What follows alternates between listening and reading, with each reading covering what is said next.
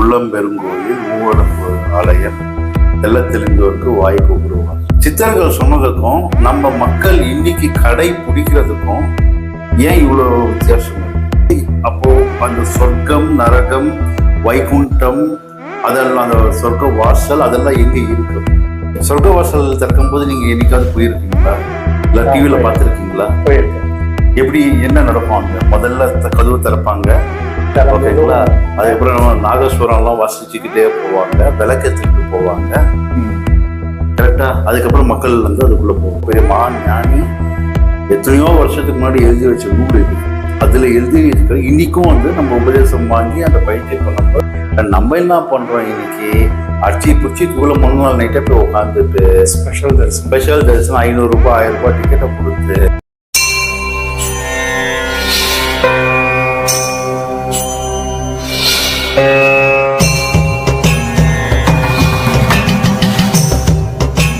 என் குருவுக்கு சமர்ப்பணம். அவர் இல்லாவிடில் தொலைந்திருப்பேன். எல்லாருக்கும் ஆத்மா வணக்கம்.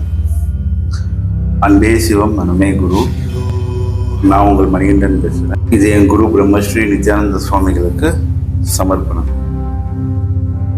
ஆத்மா வணக்கம். இன்னொரு நேம் கோகுல கிருஷ்ணன். நான் ஊர பக்கத்துல இருந்து வரேன். இப்போ வைகுண்ட ஏகாதசி சொர்க்கவாசலின் சொல்லப்படும் உண்மை என்ன? ஆன்மாக்கள் எல்லாம் அன்றுதான் அந்த வாசலின் வழியாக சொர்க்கம் போகுதுன்னு சொல்றாங்க. அது உண்மை இல்லை. இதுக்குதான் வந்து நம்ம சித்தப்பெருமான் வந்து ரொம்ப அழகான ஒரு பாட்டு பாடி, உள்ளம் பெருங்கோயில் மூவடம்பு ஆலயம் எல்லாம் தெரிந்தவருக்கு வாய் கூப்பிடுவாங்க. இதே தான் வந்து முன்னோர் சித்தர் பாடியிருக்காரு. அண்டவாசல் 1000, அகண்டவாசல் 1000, இந்த வாசல் ஏழை வாசல், ஏகபோகமான வாசல், எம்பிரான் இருக்கும் வாசல் பாடியிருக்காரு. இப்போ நம்ம சித்தர்கள் எல்லாம் வந்து அப்போ எந்த வாசலை சொல்றாங்க? அப்போ என் வாசல் ஏழை வாசல், ஏகபோகமான வாசல். அப்போ ஏன் வாசல்னா அது எங்க இருக்கு? அப்போ உள்ளம் பெருங்கோ உடம்பு ஆலயம் இதெல்லாம் தெலுங்கு வாய் கூப்பிடுற வாசல். அப்போ அந்த வாய்னா என்ன? நம்ம பேசுற வாய் தான். அப்போ சித்தர்கள் சொன்னதுக்கும் நம்ம மக்கள் இன்னைக்கு கடை பிடிக்கிறதுக்கும் ஏன் இவ்வளோ வித்தியாசம் இருக்கு? அப்போ இந்த வைகுண்டம், சொர்க்கவாசல், ஓகேங்களா? ஸோ அதெல்லாம் நீங்கள் கேட்குறீங்க இல்லையா? ஸோ அப்போ அதெல்லாம் வந்து ஏன் வச்சிருக்காங்க? நீங்கள் யோசிச்சு பாருங்க. வைகுண்டம், சொர்க்கவாசல் அண்டு வைகுண்ட ஏகாதசி அன்னைக்கு திறக்கிறாங்க சொர்க்கவாசல். ஸோ எல்லாரும் கிராஸ் பண்ணி போகிறோம். அப்போ கிராஸ் பண்ணி போகிறவங்கெல்லாம் வந்து சொர்க்கத்துக்கு போயிடுறாங்களா உடனே? இல்லை இறந்த உடனே சொர்க்கத்துக்கு போயிட யாராவது வந்து நான் சொர்க்கத்துக்கு போயிட்டு இதை கிராஸ் பண்ணி சொன்னாங்களா? ஏன் சொல்லலை? சொர்க்கத்துக்கு போனாங்கன்னா சொல்லணும். முதல்ல சொர்க்கம்னா என்னது, நரகம்னா என்னது? பாவம் பண்ணவங்க நரகத்துக்கு போவாங்கன்னு சொல்றாங்க, புண்ணியம் நல்லது பண்ணவங்க சொர்க்கத்துக்கு போவாங்க. எங்க இருக்கு தெரியல. சொர்க்கம்ன்றது என் மனம் இல்லை நான் வந்து மகிழ்ச்சியா இருக்கு. நரகம்ன்றது நான் ஏதோ ஒரு காரணத்துக்காக துன்பப்பட்டு கவலைப்பட்டு இருப்பது. சொர்க்கம் தனியா எங்கேயுமே இல்லை, நரகம்னா தனியா எதுவுமே இல்லை. எல்லாமே நம்ம வந்து உருவாக்கிக்கிறது தான் சொர்க்கமும் நரகமும். அப்போ இந்த சித்தர்கள் வந்து இந்த விஷயத்தை வாய் கோபுர வாசல் சொன்னாங்க. ஓடி ஓடி ஓடி ஓடி உட்கலந்த ஜோதியை நாடி நாடி நாடி நாடி வட்கலம் அந்த பாட்டெல்லாம் கேட்டு சொன்னாங்க. அப்போ அதெல்லாம் வந்து எப்படி சொல்றாங்க? அப்போ அந்த சொர்க்கம், நரகம், வைகுண்டம், அதெல்லாம் அந்த சொர்க்க வாசல் அதெல்லாம் எங்க இருக்கு?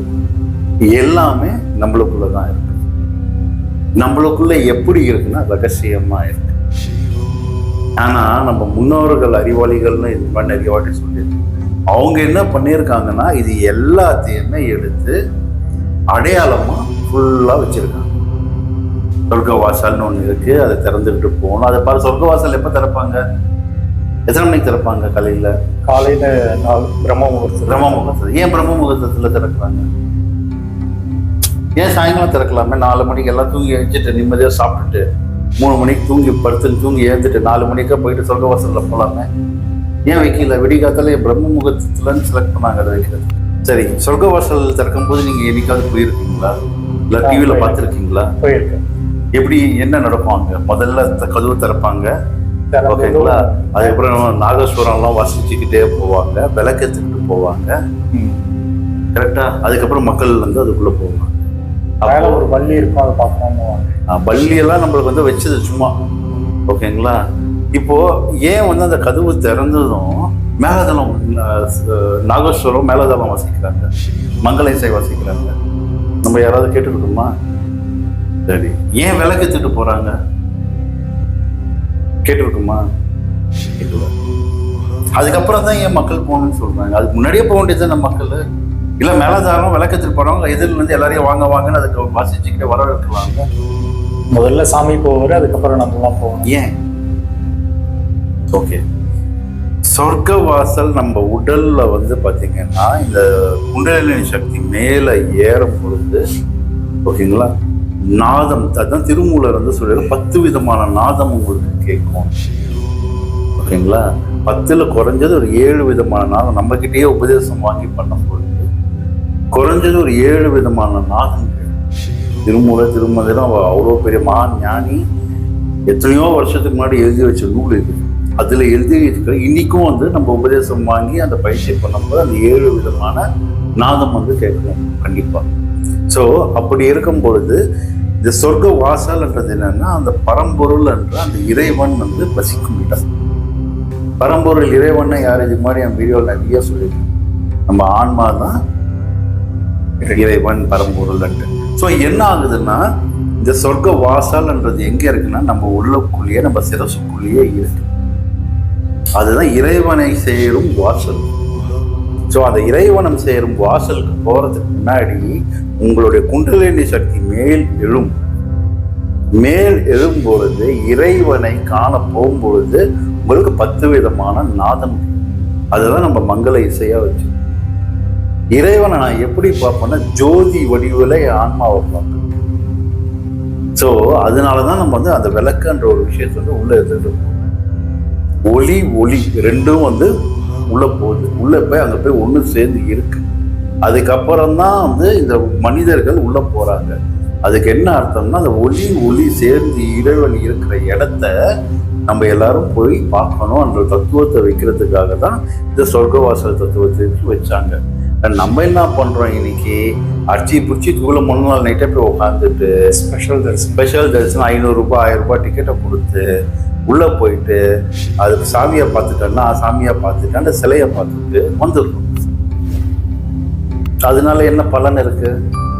மன திருப்தி இருக்கு. மன திருப்தி வச்சுட்டு என்ன பண்ண முடியும்? ஒண்ணுமே பண்ண முடியும். ஏன்னா மனமே ஒரு மாயை. கரெக்டுங்களா? ஆத்மானோகம். என் குருவுக்கு சமர்ப்பணம். அவர் இல்லாவிடில் தொலைந்திருப்பேன்.